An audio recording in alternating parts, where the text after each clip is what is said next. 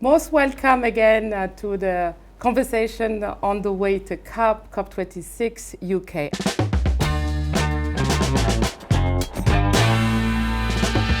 I'm Her Royal Highness Princess Abze Djigma, and today I'm very pleased to welcome bright people who care for climate, friends who's really walking the talk. Mark Carrato, who's the US government director of Power Africa. Power Africa is one of the largest development agency who's gathering more than 160 partners and with a committed 56 billion to invest on access to energy. You will hear from him how he's walking the talk and open for partnership. We also delighted joining us from the Secretariat of UNFCCC, which is the United Nations Framework Convention on Climate Change, the Managing Director, Nicholas Svenningsson. So most welcome, Nicholas. I know that you are doing a lot with the global climate action that you're leading, bringing together the private sector, the civil society, the academia, to really push them to go beyond and deliver together. I'm really look forward to see concretely what with the Secretariat we can do. And for my sisters joining us from Kampala, Margaret, so we will hear from her more than 2 decades of expertise on the table. We look forward to hear from you, Margaret, my sister from Kampala. We have our young leader. Here I am, Elizabeth from Zimbabwe, walking the talk bottom up with the youth, collecting to support the policymakers to get involved in the delivery of the NDCs. So I'm being joined also today in the studio by Jean-Luc, a young high school. How are you? I'm great, thank you. Great. We're really happy to have you, and you will hear from experts. Don't hesitate to get involved, to engage with them. So I would like to start with Mark. What it is Power Africa? Well, thanks again for the warm invite. Super excited to be here, and what an esteemed group to be speaking with. And thank you for all your leadership. Clearly you walk the talk as well, and appreciate everything you do to bring these important goals forward. Power Africa is probably one of the largest public-private partnerships in the world, as you mentioned, over 160 partners. We try to ensure that energy access is key front and center for Africa, for sub-Saharan Africa. I don't need to go through all the staggering statistics, but 580 million people still don't have power. It needs to change tomorrow. It's not going to, but we want to make it change as quickly as possible. So how do we get there? We do it through partnership. We try to make sure that our goals of 30,000 megawatts and 60 million connections are achieved by 2030. You might remember that this is an initiative first started under President Obama's leadership and now very strongly supported by President Biden. And as we move forward, we try to figure out how to get all those pieces to work together, right? Often we see these big goals. Yes. A whole bunch of people say, I have that goal and I have that goal, and we all just kind of line up toward that goal. We try to make sure the partnership is more than the sum of its parts. That we see what different people can do, what their expertise is, whether it's a U.S. government agency or a partner like the UN or the World Bank, or importantly, the private sector. The real money, expertise, and resource is going to come from outside of governments, outside of donors, outside of development partners, to make sure that people have their own destiny and their own private sectors, both local and international, can come together and bring what they do best, which is putting these projects on the grid. So between expertise, resources, and leadership, we're hoping that we can, between advocacy and doing, we can push this to go forward in a much faster way. So, I'm pretty proud. By the way, congratulations with the consensus that the Biden and Harris administration, they bring up $3.4 trillion on the table for, and I know that energy will be one of the key pillars on the decarbonizing. I think that your department also will benefit on that, and so we thank also the people of America for their leadership and coming back into the Paris Agreement. That is so wonderful, and we will hear later on about that if you can explore. So I take the mic from you and giving it to Nicholas. Nicholas, you are the lead of climate action, the global climate action. He's the man who's taking care of us. And I can tell you, and he's not always in the seat, but he stand up and go and say, listen, guys, you have to do every single action counts. So what is the global agenda that you have in the pipe at the moment? Can you give us a bit of essence of that? The global climate action agenda is part of the UNFCCC, the UN climate change agenda. Yes. For many years, this organization was really focused on negotiations, on getting together this global blueprint for how governments should work together. We got to that in Paris. And what we have been doing since the Paris is to kind of agree on the fine print and the implementation rules of this. And what we realize is that governments are necessary, but they are not enough to save the planet from climate disaster. So we need everybody on board. It's very exciting. If I may, I just want to touch upon your background of civil engineer. But I think that the buildings, it's something that we can work on that. I think that everybody live in the house, right, Jean-Luc? We live in the house. So how can we leverage on that one in terms of energy efficiency? I know that can you give us some insight about that people can, our listener can take it from there at their local level? Yes. Well, thank you for asking about my favorite topic here. No, it is true. We all live in houses. We all should live in houses at least. And when we're talking about climate change, we're talking about emissions. And emissions come from, for example, energy production. But the fact is that why do we produce energy? Well, it is to use it for heating or cooling or electricity or some type of transport and fuel. So when we are designing our buildings, there's so much we can do. We can improve the energy efficiency to the level where you actually don't need to consume energy at all. From outside the building, you can generate the energy inside the building and even put it out into the grid. So this is one aspect. Another aspect is just how we design our cities. So one thing is to look at an individual building. The other thing is to look how buildings work together, how they are connected. And you would see many examples from different cities like Paris today. Leiden, I know, also has these thinkings about completely changing the idea of a city, where you don't have a center with a lot of people living in the outskirts, but we have many If I get you right, we are not islands. We are connected. Exactly. And the idea is really that you should be able to get your, to buy your stuff, to go to school, to go to work without having to drive, and to have much better connectivity than we have today. Excellent. So there's a lot of things you can do there, and the technology is there. We don't need new technology. We need awareness. We need implementation. Margaret, my sister, you have been working a lot. You're a true practitioner. Can you give us a little bit of insight of your work, what you've been doing, and how are you supporting the governments?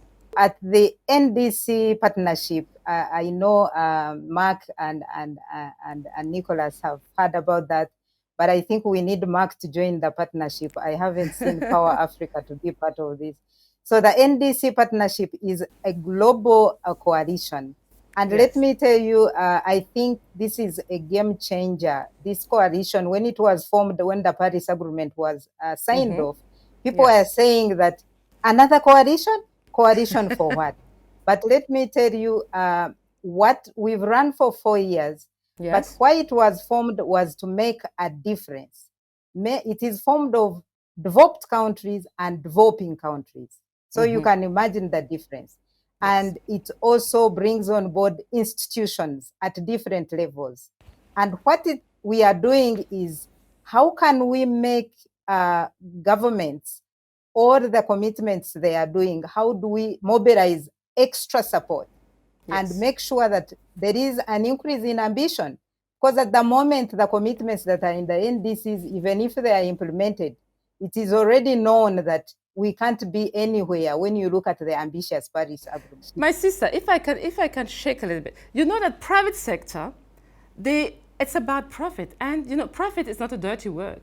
But what is the added value and the NDCs that you see that Mark can say, well, I have the business here, in that country, in that part, and that NDC to put the money right, that you have while making profit.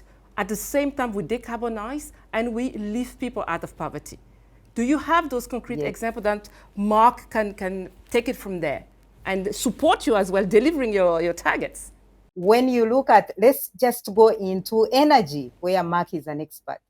Yes. If we can have all the money which we are talking about, like the pledged 100 billion, and invest it in energy sector, the value chain of clean energy is enough to actually boost Africa's economies. I want to say that from our case, we were so lucky to get support from the UNDP and the government of Zimbabwe. I just want to go back to Mark, if I may.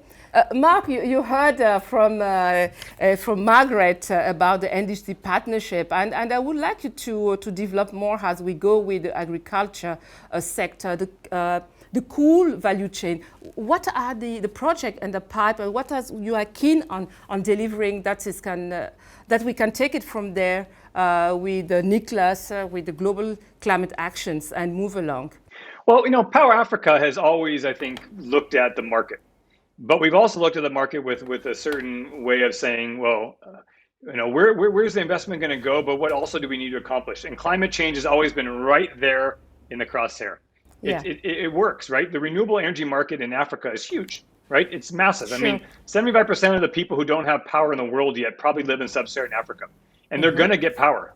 And hopefully quicker than later, but they're going to get power. We need to put them on an emissions pathway today that the world can live with. Yes. Renewable energy, I think, whether it be solar for sure, wind, others, geothermal, more renewable sources in Africa are going to be the path forward, right? Using this abundant resource, we can develop not only the right kind of energy, but it's cheaper. Nicholas, I just want to see about the energy mix. Do you think that we can bring also biogas as a backup, or how do you see it, and what can be done more on the energy mix and take everything in account? Well, I think biogas is really one of the very often overlooked opportunities, and that for two reasons. First of all, biogas is generated from biological wastes, manure, food waste, and so on. And that is everywhere in our society. And it is a problem because it generates methane that has a very high greenhouse gas potential. So a big impact on the climate. If you collect that and you turn that into a fuel instead, you reduce the climate footprint significantly. Absolutely. And you generate energy. Now, the nice thing with biogas is, of course, that you will have it even in remote areas. And in remote areas, you can have very small biogas digester where you generate this for the local household. But you can also find, for example, in UK, where we're going to have the COP now, you have huge networks of biogas producers, which are municipal waste dumps and others, and collection of food from restaurants and so on that goes in and turned into biogas. So it is really a win-win-win because you reduce the waste, you avoid climate, and you produce energy in a way that is very accessible. Governments and everyone has been planning. What we need now is action. And what the NDC partnership is doing, and I'm happy Elizabeth mentioned one of our members, UNDP, is to see how do we make coordinated implementation. So what that partnership has done, and I think why I'm calling it a game changer, is one, we are making government institutions starting to work together.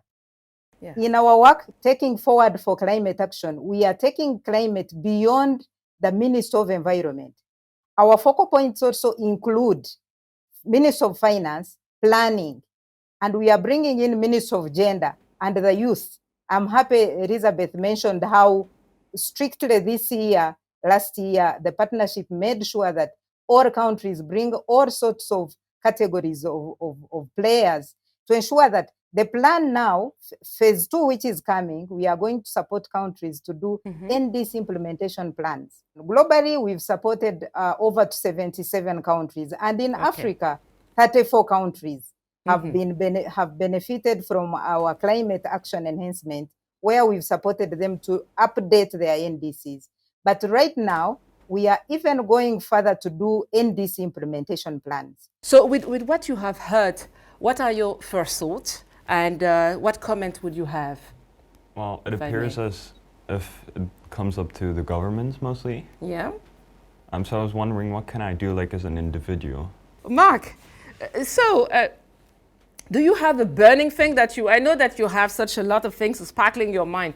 We would love to hear it, and that you help us also push the wheel about linking digitalization and energy while thinking greening up our economies and recovering from COVID.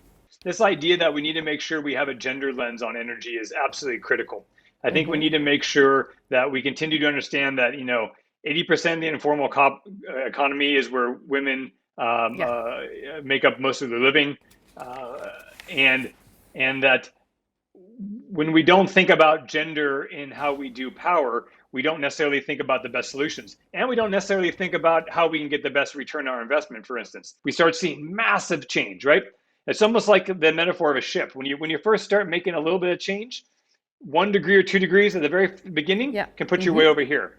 Toward the end, it helps, but why not make that change at the very beginning? Why don't we say, let's look at this gender lens at the beginning? Companies who have women in their leadership boards make 14% more, right? So it just shows all the way along the way. You start the input, you get the better perspectives, you get everyone's perspective. That's the point. Right now, sometimes we get just men's perspectives, and we need to have all kinds of perspectives in this. We need to be inclusive in how we do the development. That's one point I just along the way, and I think it's absolutely critical. We do things through YALI, the Young Africa Leaders Initiative, also a President Obama's initiative. Yes. We do a Women in Power program. Yeah. We also started the Women in Energy Power Group across Africa to make sure that not only is it talking about end users, but on the boards of the utilities, on the boards in the ministries, and running these companies, that women are also part of the mix, making sure we have a gender focus on how this is working. Elizabeth, with what you just heard from Mark, how can you, for instance, with the collaboration that you have with the NDC Partnership, scale up those business models? Issues to do with energy here in Africa, it's something which is very important to discuss about. Most of the time, women are referred to as the end users of energy. And I'm glad that they came up with initiatives and programs for women. Also, I would love to believe including young women are also part of it.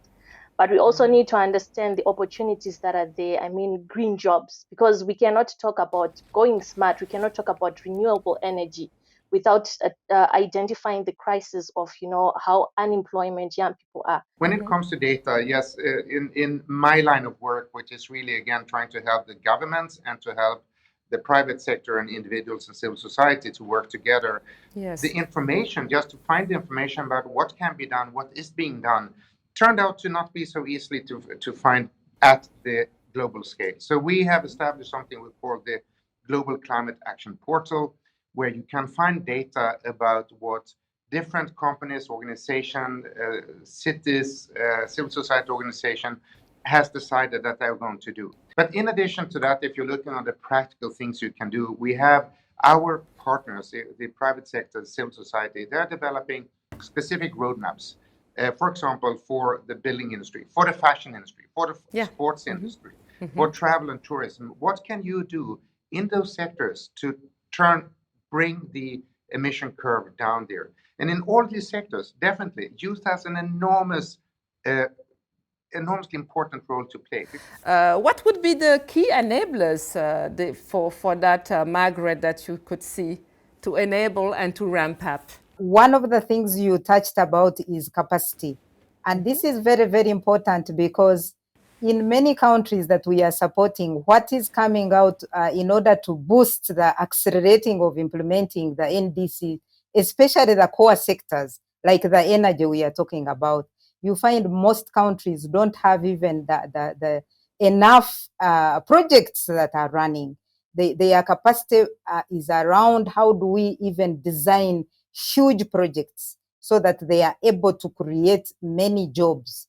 So one of the things Ministry of Finance have asked through the partnership members is to have embedded climate finance advisors in the ministries. Nicholas or Elizabeth, Margaret, if you have a comment, a final comment, or something that you really... Please go ahead, Nicholas, please. Yeah, I wouldn't be doing a proper job here if I didn't mention one thing that connects this kind of on-the-ground action with the high politics that we are doing in UNFCCC, which is that there is an obligation under the convention and under the Paris Agreement for all governments to support education and information, training, and public participation in climate action. That is in the Paris Agreement, Article 12. It's called Action for Climate Empowerment. So every government needs to have a plan for how they're going to do that. And everybody, one of us, can ask our governments, what are you doing? And you will find in some countries, it's going really well. In other countries, not very much is happening. And I think when people like Jean-Luc or Elizabeth or others are thinking, what can I do? They should be able to find that information with the government, and they should be able to get the support that they need. If it's a little bit of money or training or publicity, whatever it is, they should be able to get that. So I just want to say that that is really important. And I want to mention that one more thing. So, very sure, please. Sorry, because you and I, we have been together in so many COPs with the youth constituency, and not everybody knows this, but the youth is a very active part of our negotiations today, and they have very important voice. And they are driving, they are checking, they are inspiring the other negotiators and us in the Secretariat as well to do better. So I just ask everybody, please keep it up because it is important. Thank you. Please keep it up. You get it. Then now, and if you go to back to LIDA, that you can go to your municipality or even ask to your professor how he can to yourself to Google what it is, Article 12 of Paris Agreement. That is something for you this evening to look up to. So do you have something to add from us for Mark and Niklas? Like people in my class, we don't really realize what the problem is that we're facing. Okay. I think maybe confrontation with the problems would really help, because we can actually see what happens in like Afghanistan and stuff on the news, but we never actually see what is going on with the planet. With the planet, what is close to you, what's stuck to you. This is and that's what Niklas was just saying. It's very critical. That's what saying that in countries we don't raise it up that much. So I think that I hope that you are inspired by bright people, talent. You have friends from America, from Germany, from Sweden, Niklas, your home country, and from Uganda, from Zimbabwe. So you wanted to say something, Elizabeth, go ahead. I was going to talk about how, no action is too small, and how us as young people have managed to link nature-based solutions to the implementation of the NDCs through manufacturing of organic manure, because we have a problem of water hyacinth. So we are using that water hyacinth, mixing it with post dung to come up with organic manure as a way of reducing greenhouse gas emissions, since some of the greenhouse gas emissions comes from the fertilizers that we use in the field. I mean, through all these sectors, there are a lot of opportunities for young people, and the low emissions development strategy, which one of the speakers was talking about, it also highlights how there is going to be a need of new skill sets for young people. And the government should be ready to invest into young people so that they are well capacitated, they are well prepared when the time comes. New skill set, I love that. And you see that agriculture at the end of the day is extremely sexy. You can recycle what you eat and refertilize your land. And thank you so much for that. It has been such a great discussions, and we inspire each other. And thank you for your time. I know that it's early in the US at the moment, but I really enjoy your passion, and greet your girls for me. So big hug from here, and one girl, one boy. He'll be angry if I don't. Sorry, you're gender balance. Fantastic. No. Good. Greet them for us, and that they have a great dad. We're really proud of their dad, and to support what you're doing. So I have been joined today in the discussion. We discussed about the national determinate contribution, and that is so critical as the countries, they are updating their NDCs. So I have been joined in the conversation by Mark Carrato, who's the Power Africa Program Coordinator from the US government. Thank you so much for being with us today. Much appreciated. And we look forward to really connect and deliver. At the end of the day, it's about delivery. And thank you so much for that. By Nicholas from the Secretariat in Bonn. Thank you for giving us the background of the Action for Climate Empowerment ACE, the Paris Agreement, Article 12, and also pushing us with the words that Jean-Luc can go and ask and bring his friends, push the parents, the grandparents, that everybody does his part. Thank you so much for joining us and for your time. I appreciate so much. Elizabeth, that was so great. I like the actions that you put right there. When you give the enabling environment, the sky is the limit for the youth. And we look forward to have market access and greening up and setting the skin. I'm Her Royal Highness Princess Abze Djigma, and it was my great, great pleasure and honor to host the Friends of the Planet. Thank you for watching this episode. I stay tuned for the next one. It was my great pleasure.